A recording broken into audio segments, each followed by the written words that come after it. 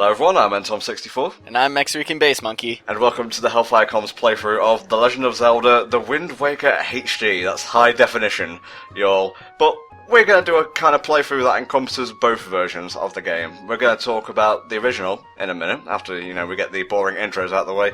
And we're also going to cover what's new in this version of the game. But I suppose we should start with, you, Mexi. What's your memories of the original Wind Waker? If you or anyone knows me, you know that I love cute shit. If it's cute, I fucking love it. So it goes out explaining that I love Wind Waker first and foremost because it is so cute, and I love how adorable all the models and the entire world is. Secondly, the music is probably some of the best and most memorable in the entire series. Oh yeah. It wouldn't be difficult to find me randomly having a video of a track from this game that's running for 5 hours playing in the background. I know you definitely have 4-hour versions of tracks playing when you edit, so... Oh yeah. One thing I would like to point out before I get to my opinions of the game, you can select hero mode from the start! Oh shit. How cool is that? I think you can toggle it on and off whenever you like, but don't quote me on that. But, Wind Waker is probably in my top 5 Zeldas. It's a little bit on the easy and incomplete side, as we'll get to over the course of this playthrough, but I love it all the same, just like Mexi. It's cute, and sometimes that's really all you need, but I think it's time for a little bit of a history lesson, and I apologise if you've already heard this information before, but, we're HellfireComms, we're going to cover things in detail to a certain degree, so, Wind Waker's development history. Going back about 15 years now, in 2000 or so, Nintendo was holding its annual trade show called Space World, one that they don't really hold nowadays, and there were a number of tech demos shown off there, including Mario 128, the concept of which would later be reworked into Pikmin, a series I adore, and something called Zelda 128. And it used sort of realistic graphics, and I say realistic with massive quotation marks there, because it still looked pretty cartoony. And it just basically showed Link and Ganondorf fighting. And I say realistic with those massive quotation marks, because in comparison to what people would see next, kind of up in the air. And Nintendo were considering whether they should take the series in this realistic graphical direction. But in the end, they settled on the more familiar cel-shaded style, or cartoony vibe that we're familiar with today. 1 year later, at Space World 2001, they showed off another tech demo, featuring a Link with a big head, and large, anime-esque eyes, and moblins that looked like something out of an old Looney Tunes cartoon. Needless to say, there was a backlash to this. Think Metroid Federation Force, but on a larger scale, and a lot of people were not happy about this. It's one of the reasons Nintendo to this day is still referred to as kiddie, and I guess casual in some circles, and Miyamoto was surprised by this. He's not infallible, sometimes he gets stuff wrong. I guess they can't read Western audiences very well, and he promised to show off a playable demo at E3 2002, and they showed it off. The critics loved it, obviously, because critics can be very fickle, and the rest, as they say, is history, and not much later after that, they revealed the game's subtitle, Kaze no Takuto, and they said the game would focus on the element of wind. Soon after that, the Western title, Wind Waker, was announced. It was released in 2002 in Japan, December, March 2003 in America, and May 2003 in Europe and Australia. Now, what I've given you there is a supremely abridged version of Wind Waker's conception, and I can't believe I've been talking for this long. Usually it's Mexi who covers everything here, but there's much more to talk about, and like I said, we're going to blend development aspects of both the original and the HD version into this commentary, so I apologise in advance if we get a tad muddled up along the way. Oh my god, Mexi, please say something, I'm about to lose my voice. Cool dev diary there, bro, but when do you get to the fucking games? Yeah, we should cut that out at the next digital event or some shit. Yeah, this is very famous for that cutesy backlash. I mean, it's definitely one issue that Zelda-specific fans have, is that they see a tech demo and they think it's a trailer. Yep. It's not. Nope. They're tech demos. They're to show the hardware of the console. They have nothing to do with the development concepts of the games themselves. So when people saw essentially Ocarina of Time Link on the GameCube and they're like, oh my god, it's an Ocarina of Time sequel, They were so far off the mark, they have no one to blame but themselves. The only one I've seen that comes close is Ocarina's tech demo. That looks slightly like Ocarina of Time, but I guess that, all the graphics are one that were refined, and the one they showed for Zelda U was fucking Twilight Princess with better graphics. Yeah, no, it's kind of funny. Wind Waker, both its original and its HD version, you can essentially call them the games because of tech demos. The original is very closely tied to that Space World 2000. The HD version is very closely tied to the Zelda HD experience, which again has nothing to do with how Zelda U is going to look. All Nintendo wanted to do was, while they were designing the Wii U to test its hardware, they took assets from older Zelda games and pretty much threw it into the Wii U machine and saw what was chugged out. Like, they used different Wii U shaders, different Wii U processors, and they did it with lots of different games. It just so happens that the one that they showed as the HD experience was exclusively the Armagoma fight from Twilight Princess. The original had, a cel-shaded look. Under, certain light sources, the characters here kind of resemble, clay models, sort of like claymation and such. So what you're saying is we can expect a Zelda Skull Monkeys crossover in the very near future, confirmed! HFC Direct. Well, I suppose that shows off our differing tastes, because you chose Skull Monkeys. I was going to go with The Nightmare Before Christmas. That is but that's for movies, and plus Nightmare Before Christmas already had a game, and it was a very toned-down Devil May Cry ripoff. Yeah. Now, I don't know why both the Zelda games we're covering this year feature, islands and bopping about on islands. I really didn't plan it that way, but, I think we were going to cover Majora's Mask 3D after Link's Awakening DX, but, I had done Majora's Mask with brain scratch commentaries, and I didn't really want to redo the same game, so soon after I'd done one playthrough, so we just had a sit down, had a chat, and lined up this one to be the next Zelda game we covered. Plus, that's not how you do playthroughs, Tom. You're supposed to do a playthrough of a new game the day it comes out with zero practice, zero experience, that you're just dicking around, raking in all the views. You don't do it a couple months. Don't forget the ad revenue, bro! That's sweet internet money. So yeah, Link is here on his home, Outset Island. Boy, that was a grammatically incorrect sentence. Whatever, we don't do retakes now. And you saw back there, Errol, his sister, Link with a family member, and he also has a grandmother. I think the last time we saw something like this was his uncle in A Link to the Past, wasn't it? Agreed. Well, his family is alluded to in Ocarina of Time where, his mom... Yep. died trying to get him to Kokiri Forest. But yeah, actually on-screen family is his A Link to the Past uncle, and if you want to believe the batshit theories, his sister Zelda. But no, actually explicit family. I love that about this Link. The fact that he has a family makes him so much more relatable. He doesn't need it, but for me as someone who has sisters and family and all that stuff, it helps make him relatable, and it's definitely one of the departures they had. Earlier Links, they really tried to just make him the avatar for the character. You were Link, and you were experiencing the world. Link didn't really have too much of a character because you were supposed to fill him in with yourself. Yeah.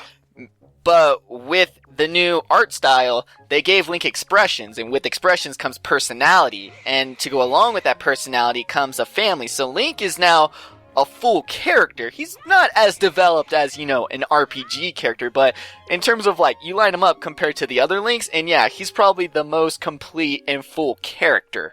It will take a little bit of time for us to get the tunic and the sword.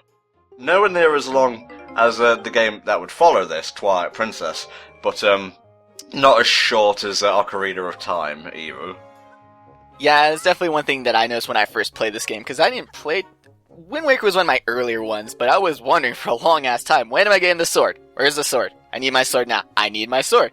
But who needs a sword when you can have lobster PJs? The best outfit in the series. I love how in, your second run through of the game, you can actually wear this costume. At all times, I really wish that you could make that a full-time either-or thing. I mean, like you said, you can play Hero Mode, which is the hard mode that they pretty much throw into every single Zelda remake at this point, bar 1 or 2.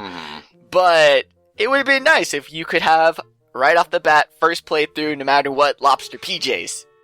This is Link's grandma. She is a wonderful character. We will be saving her later on in the game. Not that anything bad is going to happen to Link's grandma. Why would you ask? That was actually part of my HFC contract, was when we got to Wind Waker, he had to save Grandma or I was quitting for good. I suppose if we're discussing both versions of the game, we should point out that a few spoilers might drop here and there. Nothing extremely, plot relevant, but, All you need to know is that Grandma is best character, and honestly, I was disappointed when Wind Waker HD was announced, and not Wind Waker 2 starring Link's grandma out to save her grandbabies. But no, sometimes we all get disappointments from Nintendo. Some people, it's an Amiibo Animal Crossing game. For me, it was no Link Grandma game. Well, speaking of Wind Waker 2, there is actually a Wind Waker 2. It's called Phantom Hourglass. Yeah, I love showing that image from people, is that it's an old IGN picture that Nintendo did a show and listed was all the Zeldas that they had released, and the to be announced was Wind Waker 2 for the GameCube, and people got mad salty when that got canceled, and instead you got Phantom Hourglass, which, not that bad, but it's no Wind Waker 2. I much prefer Spirit Tracks, but I'm one of those freaks who likes riding about on trains, so there you go. I fucking love Spirit Tracks, bro. We'll get to that down the line. Take a good long look at that salty sea. We'll be crossing it soon enough. All the salt. It's filled with the tears of Nintendo fans. Oh, it yields no fish to catch. So, definitely a big thing is with Link's design too, other than the giant massive eyeballs that at one point they actually suggested that his eyeballs would shoot laser beams out of. You what? Yeah, no, Miyamoto straight up asked the character designers why are his eyes so big. Like, he needed a reason other than it's fucking cute. So they were considering that maybe his eyes would shoot out laser beams. But instead, that got toned down, taken out. You don't have laser beam Link. Instead, his eyes will actually indicate areas of interest. Mm-hmm. I mean, it's kind of weird considering that you see his back 99.99% of the time. But if you look at his face, his eyes do point in directions of items of interest. Good point mentioning his back, actually, because Wind Waker, I think, was the first Zelda to make use of a second analog stick, and the camera works really well. I find it a little bit stiff on the Wii U gamepad, and that's what I'm using to play the game here, just so I can, drag items to X, Y, and Z more quickly. But it still works pretty well. It's a lot better than moving the camera behind Link all the time with the L button. The other thing too is that now that Link's expressive, all the characters are expressive. I mean, expressive, unique, interesting characters, that goes all the way back to Link's Awakening. Mm-hmm. But as you saw there when Link did his celebratory I got an item, Errol decided to join along and did her own pose. I love that. I love that. Link isn't like some weirdo in a land of stock characters. Everyone is just as expressive and colorful. I mean, the blending of the art style and the mechanics and the characters, like, everything fits so well. Nothing is out of place. Nothing is like, that doesn't really mesh too well. No.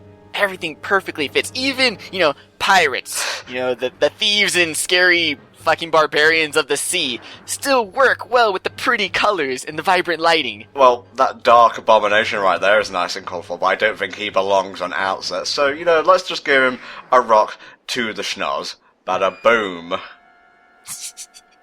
And they're allowed to go super cartoony too. It doesn't have to be realistic violence, which I don't think I ever really want to see. Even when we get the most photorealistic, let's never go down the mature, bloody gore, Let's keep it fantasy. Let's keep this whimsical, please. It's Zelda, for God's sake. The one exception to your self-imposed rule there that I could probably come up with is that Wolf Link in Twilight Princess did not have a move for taking down downed enemies, so you just had to wait until their invincibility frames wore off and you could attack them when they got up. That's still... I think that's more aggressive as opposed to, unnecessarily violent. Like, it's an animal. An animal fights that way. But...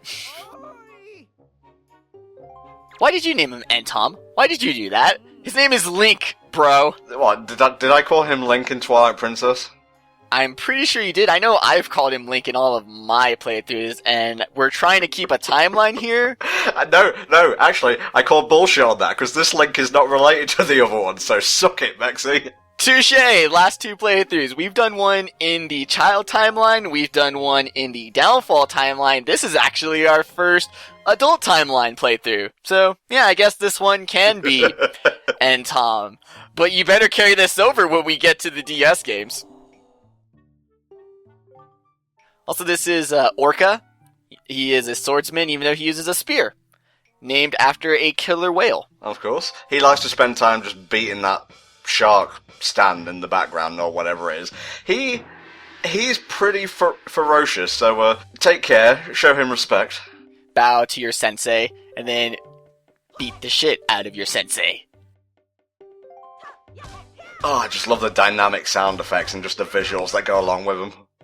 Yeah, every time you get a slash, you get a note sting. And that's another thing, too. With Big Link, it doesn't matter how athletic you make him seem.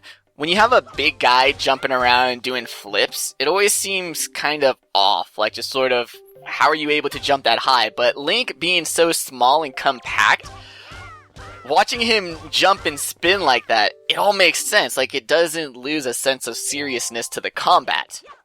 So, you make him a lot more agile. His body, his design, once again, ties in even into the combat. It's such a brilliant design, and I will never forgive anyone for hating on Toon Link back in the day, because there's nothing wrong with this design. It is flawless. The parry/counter was new to Wind Waker at the time. Man, this is going to get really confusing, like talking about past contexts and such. But it just adds an extra spice, an extra bit of bite to the combat, if you will. Like saying you're facing down a Dark Nut, and that green light flashes up, you got to hit it, and you can go overhead, you can roll round them, or you could just take a sword to your face, really. It's your own playthrough, play it how you want to. He went over all of our moves. You got your horizontal slash, your vertical slash, your stab, like you said, the parry. And of course, we did our quick spin, which involves doing a full circle motion followed by the B button, which, as we all know, is a complicated fighting mechanic technique that will just ruin the game and make it totally try hard and no one will ever play it ever again. Dude, scrub quotes is my favorite thing on the internet. Nothing can compare to scrub quotes. Okay, now we have a deadly blade, so let's go rescue that blonde girl. Yeah, notice how the cutest of all Links gets a true sword right off the bat. He doesn't deal with no stick. He doesn't have to get a baby sword. He's got a legit murder weapon right off the go. Well, we'll just have to hope that nothing actually gets through our sword's radius and we will have to rely on a shield, because I think the only one on the island is back in Grandma's house. It's symbolism, folks. Or they just needed to put it there for story reasons. I don't know. I wonder what happened to, like, Link's parents, or, you know, at least his grandfather, because they're never mentioned at all. Well, we can pretty much assume what happened to grandfather very easily with old age, but yeah, the parent dealio, maybe the sea called to them and they went off to be sailors/pirates themselves. Also, I really, really hate to bring this kind of logic into it, but where are they growing their crops? How can this island sustain this many people? When the population exceeds 50, they do a lottery in which the person who is misfortunate enough to draw the red stick gets banished. Okay. They give them a Viking banishment. Maybe that's why the pirates are here, just to take the unlucky person away. That's the actual symbiotic relationship between the residents of Outset Island and the pirates. What they don't know is that the pirate is composed of all Outset residents that have been exiled. It's a lovely, family-friendly story. Alright, let's head on into the forest. The Forest of Fairies, I believe? So that's probably also where they're getting all the food. They could just wish for it. With magic. Because it's Zelda. Also, not only is the lighting really good, but they also have these fog effects. The weather in this game is also a lot more dynamic and a lot more evident throughout the game. With the N64, the best you got was rain. And that one you had to call upon and control. I mean, yeah, you had the sandstorm in the wasteland, but Wind Waker, it can rain wherever it wants. And you have the day and night cycle, so you can get rain and sun, rain and night. I'm just like taking a look at all the different, bits of light reflecting off the scenery, or whatever a bullshit term I can pull out of my arse, and I would just keep thinking to myself, God, there's a lot of bloom in this version of the game. I mean, look at this. There is too much fucking bloom. I mean, when I first saw the pictures when they released that, hey, we're gonna be making this HD remake, I immediately was like, too much bloom. What the fuck are you guys doing? There's like a million bloom effects. But, to be fair, those first pictures were actually just raw footage. Like I said, when they were doing the Zelda HD experience, they were literally just throwing assets into the Wii U, and then whatever popped out, oh, that looks kind of cool with our shaders. Those were actually the photos they used. So they didn't touch those at all. So, when they actually were going to make Wind Waker HD, then they put some work into actually balancing those assets. Because Wind Waker HD, I know a lot of people want to be pedantic about a remake, a port, a remastered. With Wind Waker HD, I almost want to come up with a new term and call it a conversion. Yeah. Because they didn't really remake the game. This isn't a port, because this is still being processed and created through the hardware, but it's still the original GameCube assets, it's art, and then they just pretty much had it work through a Wii U system. So this is really just a conversion of the original game and being chugged out through different machinery. At 1080p, no less. I still can't tell the difference. You line up 720 footage and throw in one random 1080p, I'm not gonna find it. I'm blind, bro. I can barely tell 30 frames and 60 frames in 3D games. I am legally blind. Apart from, like, the frame being wider and some things being a tad smaller, just due to stretching and such, yeah, I can't really tell a difference in quality, but that's neither here nor there, I guess. If you want proper graphical discussion, go watch Matthew Matos's review of the HD version of the game. Damn it, Arrow, this is what happens when you cross the bridge without looking both ways first.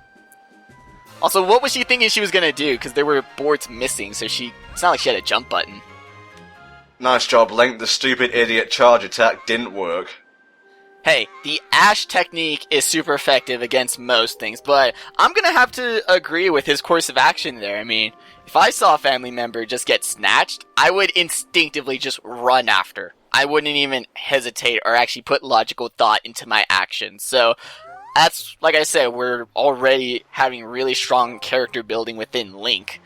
That we have his value system, we've already got that he's not the calm and cool collected that you could make the other Links. I mean, this guy goes emotions first.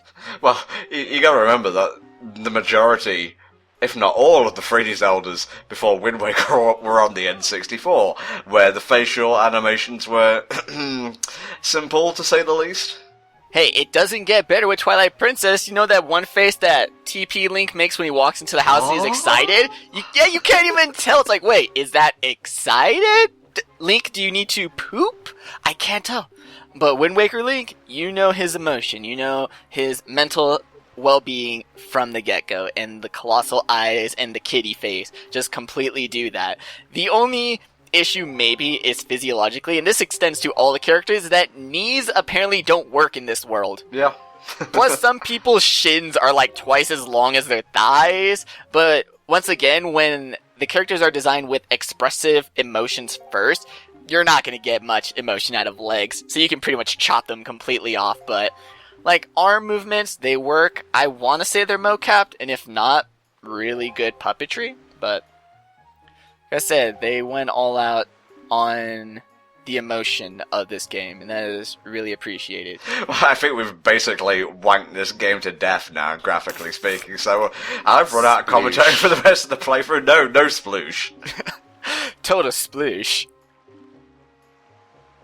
Outset Island, its original name in the Japanese is, I believe, Pororo Island, which is similar to Pororogu, which means prologue in Japanese. So it's the Prologue Island, which is an oddly explicit name, guys. I kind of enjoy how they went with just Outset. Also, there was an upside down Triforce on his door. Oh my god, it's almost like there's world building to go along with this. It's not like we didn't talk over a, 20-minute long story of how this world is completely tied to that of Ocarina of Times and Old Hyrule. Gods, the hero went away, I guess to find Navi, and they just flooded the whole fucking place. No, Link went away because Zelda sent him back in time. So, this isn't the time travel mechanic where a timeline just disappears. Like, that kept going on. The 6 years future world still existed, and that got drowned out and made way for Wind Waker world. Sweet, we didn't have to buy it. But we're so sad about it. I love the humor of Wind Waker. Not Grandma's theme. No, anything but Grandma's theme. It better be called Grandma's theme on the soundtrack. It's Grandma's theme. Oh god.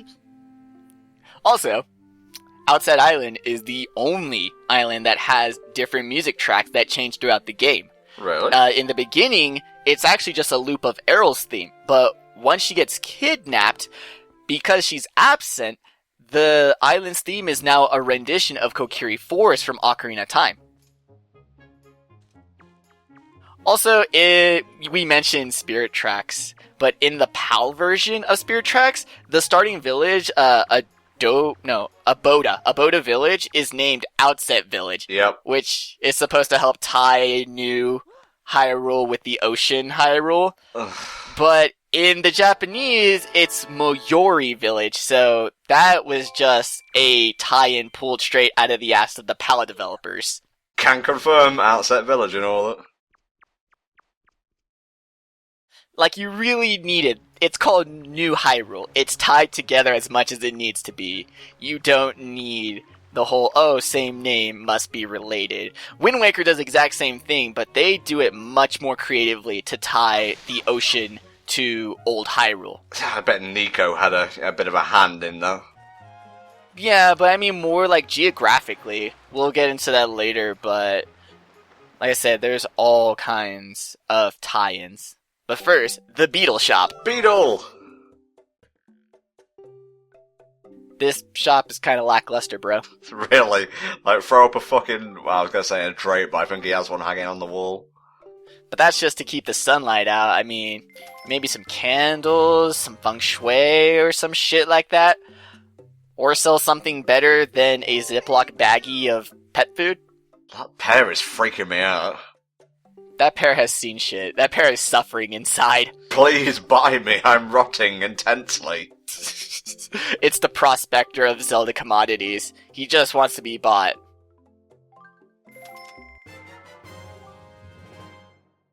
I don't know why I bought this. I'll barely be throwing bait down to expand the world map. 100% completion! Yeah, we're not doing that. Maybe when we do Majora 3D, but Wind Waker has a lot of fluff when it comes to its side quests. Take control of animals. Yeah. It kinda sounds like something that'll crop up in the following game. In a much better way, so hey, at least when a mechanic is dumb, when you can look back on it and say, oh, well, at least it started something less dumb. Yeah. You can't hate on it too much. I wish they'd friggin' continue the tradition of if your health's full, fairies won't get picked up. That was nice for one game. I like seeing you save on not the screen, man. I'm sorry, okay, I didn't know how to output from the gamepad. I'm sure there's a picture-in-picture, and if not, then this is probably the only Wii U game that doesn't have that picture-in-picture crap. Time to leave. Say your goodbyes. See, that lighting was really cool, because I'm pretty sure in the original, like, he's completely colored in, but from there he was, like, full black at the beginning of the swing, and then his color came in. So, there's definitely some changes. It's not a straight, like, lighting port. But it's mostly small, little things, and it's the small, little things that will actually get on my nerves, and as a whole, to Nintendo's remaking process, specifically with their Zelda games. Sorry, I saw the crab back there, and I thought he was waving to Link as well. Yo, that crab is Link's only friend. Oh, don't do this! Don't do this! My emotions! Stop it, Zelda! You can just hear all the awards being thrown at Wind Waker right now. If this was the whole game, it would have all the awards. Oh, Tetra, you sassy pirate wench. Okay, guys, that was the rather kind of overly long intro to Wind Waker. We'll see you next time where the game starts to pick up in pace. Bye-bye for now.